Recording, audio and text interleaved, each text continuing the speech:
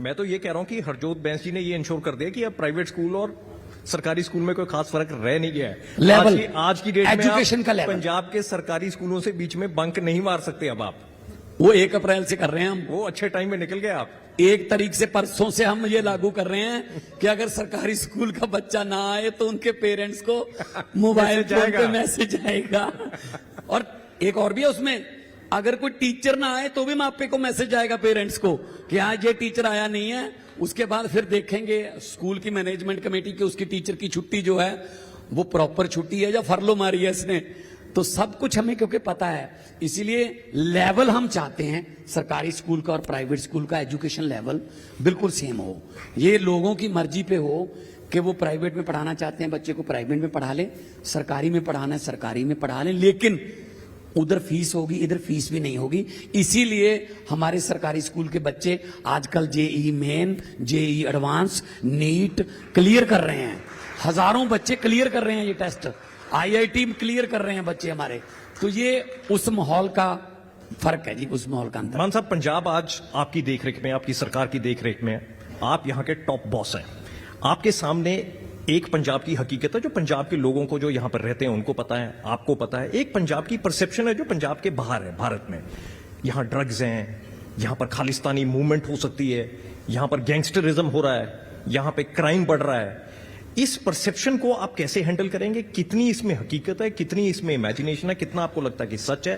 क्या कर रहे हैं आप? अगर आंकड़ों के हिसाब से देखें तो पंजाब सबसे सेफेस्ट प्लेस है जी इस वक्त। आप यूपी का उसकी आबादी के मुताबिक, हरियाणा का, दिल्ली का, गुजरात का आप आंकड़े उठा के देखिए, चाहे वो ड्रग्स के हैं। 3-3 हजार किलो एक मुंद्रा पोर्ट से पकड़ी जाती है ड्रग गुजरात में। अभी गुजरात में बहुत बड़ी समस्या है ड्रग्स की, गैंगस्टर्स की, मुंबई में, तमिलनाडु में। उसके मुकाबले Punjab is a safest place. पर हां, क्योंकि आजकल मीडिया इतना आ गया कि हर चीज लाइमलाइट में आ जाती है। आप लोग भी तो दिखाते हो ना, सास बहू का झगड़ा भी आज दिखाते हो, सीसीटीवी की फुटेज ले लेते हो, घर की भी फुटेज आ जाती है, या किसी पड़ोसी की फुटेज ले लेते हो। ये देखिए सास को कैसे पटका है बहू ने, क्या कर रही है पंजाब पुलिस। आज पंजाब पुलिस सास बहू के झगड़े में कैसे आएगी यार? ठीक है ना, हम कोई जिम्मेदारी से भाग नहीं रहे। हमने युद्ध नशे विरुद्ध शुरू किया है। शरेआम बिकता था जो चिट्टा, वो बिल्कुल अब बिल्कुल गांव के गांव जो हैं, वो जो तस्कर थे वो भाग गए, वो ताला लगा उनके घरों पर। हमने उनकी प्रॉपर्टी सीज की, कई घरों पर पीला पंजा भी चला। उनकी प्रॉपर्टी जो थी उसको, किसी के घर पे आप 70 बिछा के आप अपनी 3 मंजिल की कोठी में कैसे रह सकते हो? तो स्कूल लेवल पे हमने जानकारी और शिक्षा और प्रेरणा देनी शुरू की है। अगली पीढ़ी स्पोर्ट्स की तरफ जा रही है। स्पोर्ट्स को बहुत हम 1790 करोड़ रुपया इस वक्त इसी बजट में हमने 26-27 के बजट में 1790 करोड़ रुपया सिर्फ स्पोर्ट्स के लिए रखा है, जो पहले कभी 200 करोड़ भी नहीं हुआ था पहले वाली सरकारों में। लेकिन विपक्ष का यह कहना है कि युद्ध नशे विरुद्ध आपने जरूर चलाया, लेकिन पंजाब में ड्रग्स की प्रॉब्लम जो है वो सॉल्व नहीं हो रही। अमित शाह जी आके कहते हैं 2 साल में हम इसको ठीक करेंगे। पहले कैप्टन अमरिंदर सिंह ने एक टाइम लिमिट लगाई थी कि हम इसकी कमर तोड़ के रख देंगे, नहीं हुआ। आपको क्या चुनौती नजर आ रही है? अमित शाह को जी मैं बेनती करता हूं, अमित शाह जी अगर सुन रहे हो, गुजरात में ठीक कर लो, पहले गुजरात ठीक कर लो ना। 3000 किलो का अकेला मुंद्रा पोर्ट से पकड़ी। आप कितनी पकड़ी? इतनी 15। अच्छा, एक और नई खबर दे देता हूं। गुजरात में पुलिस ने लिख के दिया है कि 2000 किलो ड्रग्स चूहे खा गए। मैंने कहा चूहे कहां हैं? फिर चूहे ही दिखा दो। कहते जी मर गए होंगे। मैंने कहा डेड बॉडियां दिखा दो उनकी। 2000 किलो ड्रग्स ही गायब कर दी भाई साहब, चूहों के नाम लगा दी गुजरात में।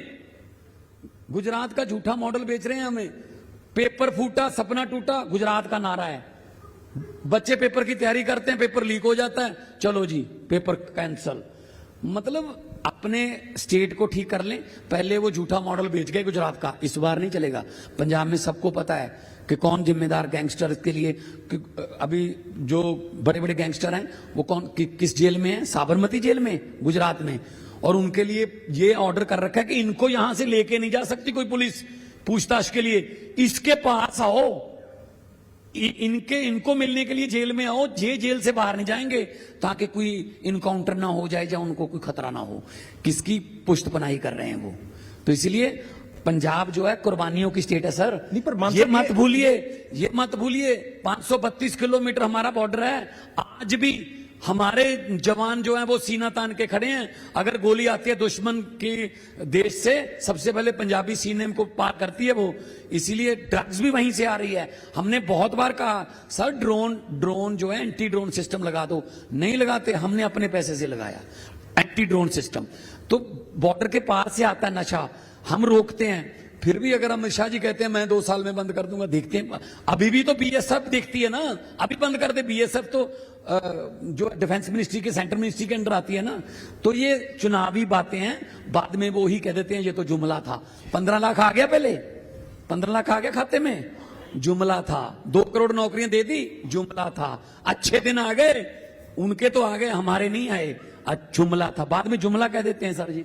मान साहब, आप पंजाब के होम मिनिस्टर भी हैं। आप अगर ये बात कह रहे हैं कि गैंगस्टर जो हैं वो साबरमती जेल में है, पंजाब का जो गैंगस्टर राज चल रहा है वो वहां पर जो गैंगस्टर हैं उनके चलते चल रहा है, कुछ फॉरेन में है, उनको वहां पर प्रोटेक्शन दी जा रही है, तो क्या आप ये कहना चाह रहे हैं कि केंद्र सरकार या कोई और, किसका नाम लेना चाह रहे हैं आप, जो इन गैंगस्टर्स को वहां रख रहे हैं और पंजाब में गैंगस्टरिज्म चला रहे हैं, तो आप ये कहना चाह रहे हैं? 15-20 दिन पहले की बात है, पंजाब की फिल्म इंडस्ट्री के बड़े बड़े प्रोड्यूसर और सिंगर बुला लिए सेंटर सरकार ने। कहते जी हमारा साथ दो इलेक्शन में। वो कहते कोई बात नहीं जी, हम तो सबके सांझे हैं, आपकी समस्या हो तो बताइए। किसी ने कह दिया कि जी गैंगस्टर के फोन आते हैं हमें, फिरौती मांगते हैं। कहते अच्छा जी कोई बात नहीं, हल हो जाएगा। एक ने बीच में से कह दिया, कहते जी मुझे तो कोई फोन नहीं आया। उसको बोले आर यू श्योर? कहते हाँ जी। अगले दिन आ गया सर, अगले दिन फोन आ गया उसको। वो अलग बात हो गई। नहीं, अलग क्यों बात हो गई? वो अलग बात नहीं, है। जब उनको पता चला कि इसको आया ही नहीं, अगले दिन आ गया। फिर वो तो नॉर्मल बात होगी ना, उनको नहीं, पता लग गया ये कि नहीं नॉर्मल आया। बात कैसे होगी? नहीं, उनको पता लग गया नहीं आया, कर दिया। पहले आपने ये कहा कि जो गैंगस्टर वहां पर हैं उनको स्पेशल सर प्रोटेक्शन कनाडा दी जा में रही है। बैठे हैं, अमेरिका में बैठे हैं, पुर्तगाल से पकड़ के लाते हैं, थाईलैंड से पकड़ के लाते हैं। तो आईपी एड्रेस तो ये इंटरपोल तो इनके पास ही है ना। हमने अगर कोई कनाडा में बैठे किसी जो उनका मास्टरमाइंड होता है वो कनाडा में बैठा है, पता चल जाता है, उसको बुला के कैसे लाना है यहां? तो वो तो फेडरल गवर्नमेंट ही करेगी ना। इंटरपोल से कोई रेड कॉर्नर नोटिस जारी करवाना है, वही करेंगे ना, हेल्प कर दें।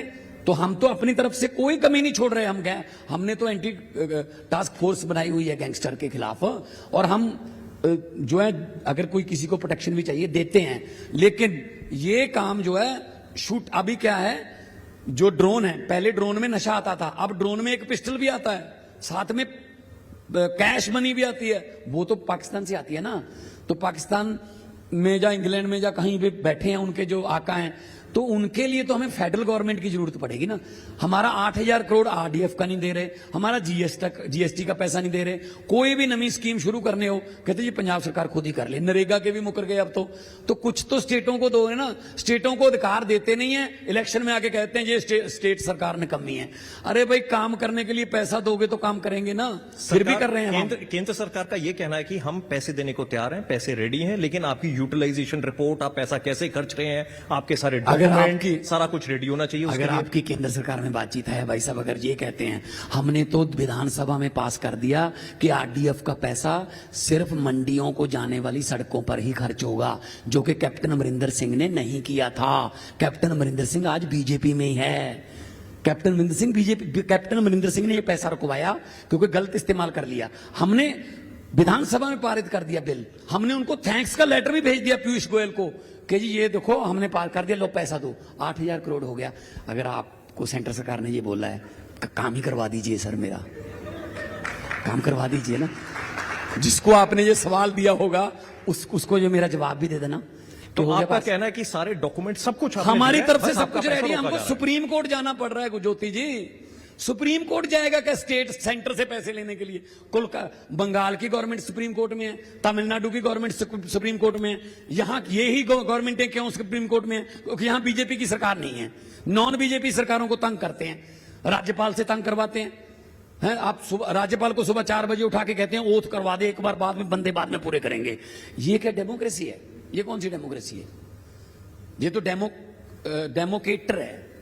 मतलब लोकतांत्रिक तरीके से चुना गया डिक्टेटर, डेमोक्रेटर। तो मतलब किसी की बात तो मानते नहीं है। इसका पैसा रोक लो, इसका पैसा रोक लो, इसका पैसा रोक लो, इसको काम मत करने दो, इसकी ये बदली कर दो, इसका डीजीपी बदल दो, इसका ये बदल दो। मतलब कहां है डेमोक्रेसी बताइए। ये तो हमने पंजाब के लोग ही ऐसे हैं, मेहनती लोग हैं और सच्चे लोग हैं, जो बात कहते हैं दिल पे वही जुबान पे होती है, तो बचे हुए हैं भाई साहब।